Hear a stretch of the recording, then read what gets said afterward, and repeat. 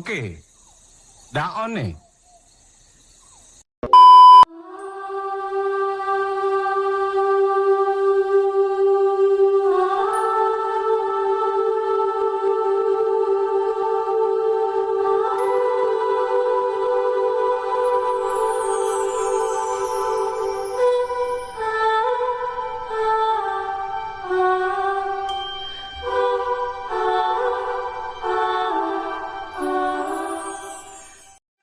Hello everyone, welcome to my vlog. Hari ini aku mau berkunjung ke sebuah museum, yaitu Museum Sumpah Pemuda yang berada di Jalan Kramat Raya nomor 106 Jakarta Pusat. Kira-kira sejarah apa aja ya yang ada di Museum Sumpah Pemuda? Yuk ikutin vlog aku sampai akhir. Pada awalnya, gedung ini adalah sebuah rumah indikos yang dimiliki oleh seorang keturunan Tionghoa bernama Xie Gonglian. Pada tahun 1920-an, banyak pelajar dan mahasiswa yang berasal dari berbagai daerah di Indonesia seperti Jawa, Sumatera, dan Sulawesi datang ke Batavia yang sekarang menjadi Jakarta untuk menuntut ilmu di sekolah-sekolah elit di sini. Walaupun mereka datang dari latar belakang yang berbeda, ada satu hal yang menyatukan mereka, yaitu keinginan untuk merdeka dari penjajahan Belanda. Di sini mereka sering berkumpul, berdiskusi, dan mulai merencanakan langkah besar untuk menyatukan Indonesia. Gedung inilah yang menjadi saksi lahirnya semangat persatuan yang kemudian terwujud dalam Sumpah Pemuda. Oh iya, sebelum Sumpah Pemuda itu diikrarkan, sebenarnya udah ada banyak organisasi pemuda yang berdiri, seperti Jong Java, Jong Sumatera Nenbon, Jong Celeges, dan lainnya. Masing-masing dari organisasi ini awalnya lebih berfokus pada daerah mereka sendiri-sendiri. Tapi makin kesini mereka mulai sadar bahwa untuk merdeka dan melawan penjajahan mereka harus bersatu. Nah, pada tahun 1926, akhirnya mereka mengadakan Kongres Pemuda pertama. Di sini mereka mulai bicara tentang pentingnya persatuan, tapi hasilnya masih belum ada langkah konkret. Baru 2 tahun setelahnya, pada 28 Oktober 1928, diadakanlah Kongres Pemuda kedua yang jadi momen paling bersejarah bagi bangsa Indonesia. Nah, jadi Kongres Pemuda kedua ini diadakan selama 2 hari, yaitu tanggal 27 sampai 28 Oktober 1928. Di Kongres ini ada 3 rapat utama yang diadakan. Rapat pertama diadakan di Gedung Katolik Jamalinggon di Lapangan Banteng yang membahas tentang persatuan pemuda-pemudi Indonesia. Lalu rapat kedua diadakan di Osjava Flyskep yang lebih membahas soal pendidikan nasional. Namun puncaknya adalah pada rapat ketiga yang diadakan di gedung ini. Yap, di Jalan Kramat Raya nomor 106. Disinilah para pemuda mengikrarkan Sumpah Pemuda yang berisi 3 poin penting yang sangat sederhana tapi bermakna sangat dalam.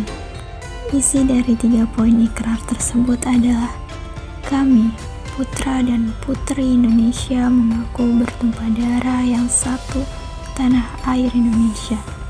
Kami, putra dan putri Indonesia, mengaku berbangsa yang satu, bangsa Indonesia. Kami, putra dan putri Indonesia, menjunjung bahasa persatuan, bahasa Indonesia.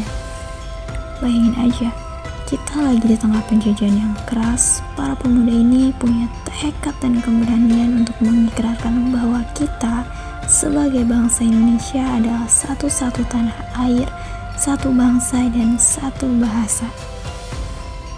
Dan yang lebih kerennya lagi, di Kongres Pemuda kedua ini, Wir Supratman memainkan lagu ciptaannya, yaitu lagu Indonesia Raya, untuk pertama kalinya. Tapi karena situasi yang sangat rawan saat itu, lagu ini hanya dimainkan dengan biola tanpa lirik, supaya tidak menarik perhatian penjajah Belanda. Lagu ini akhirnya menjadi simbol semangat kebangsaan yang berkobar-kobar di hati pemuda-pemudi Indonesia. Setelah Indonesia merdeka, gedung ini sempat digunakan untuk berbagai macam keperluan, bahkan menjadi tempat tinggal biasa. Baru pada 20 Mei 1974, Tepat pada peringatan Hari Kebangkitan Nasional, gedung ini akhirnya diresmikan sebagai Museum Sumpah Pemuda. Tujuan utamanya adalah untuk mengenang perjuangan pemuda Indonesia yang sudah mengikrarkan Sumpah Pemuda dan agar semangat persatuan itu tetap hidup dalam setiap generasi yang datang setelahnya. Nah, sekarang kita masuk ke bagian yang paling seru, yaitu koleksi-koleksi yang ada di museum ini. Di dalam museum ini kita bisa melihat berbagai dokumentasi sejarah yang sangat menarik. Ada beberapa ruangan yang dapat dikunjungi. Yang pertama ada ruang organisasi pemuda. Di sini kalian bisa melihat berbagai foto dan dokumentasi tentang organisasi-organisasi pemuda yang ada di Indonesia pada masa itu, seperti Jong Java, Jong Celebes, dan lainnya. Kemudian ada ruang Kongres Pemuda Kedua. Di ruang ini ada foto-foto dan naskah asli dari Sumpah Pemuda yang diikrarkan pada 28 Oktober 1928 serta dokumentasi penting lainnya yang menggambarkan semangat pemuda Indonesia. Yang ketiga ada ruang biola W.R. Supratman. Nah, ini dia ruang yang memamerkan biola yang digunakan W.R. Supratman untuk memainkan lagu Indonesia Raya pertama kalinya. Biola itu sekarang menjadi salah satu koleksi paling bersejarah di museum ini. Kemudian ada ruang rekonstruksi kehidupan pemuda. Di ruang ini kita bisa melihat bagaimana suasana kehidupan pemuda di masa itu. Ada meja, kursi, dan benda-benda lainnya yang digunakan untuk berdiskusi dan merumuskan langkah besar untuk Indonesia.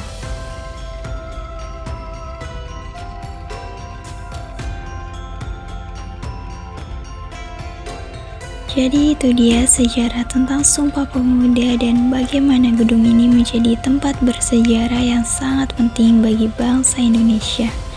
Dari sini kita bisa belajar banyak tentang semangat persatuan dan kebangsaan yang sudah dimulai oleh pemuda-pemudi Indonesia sejak tahun 1928.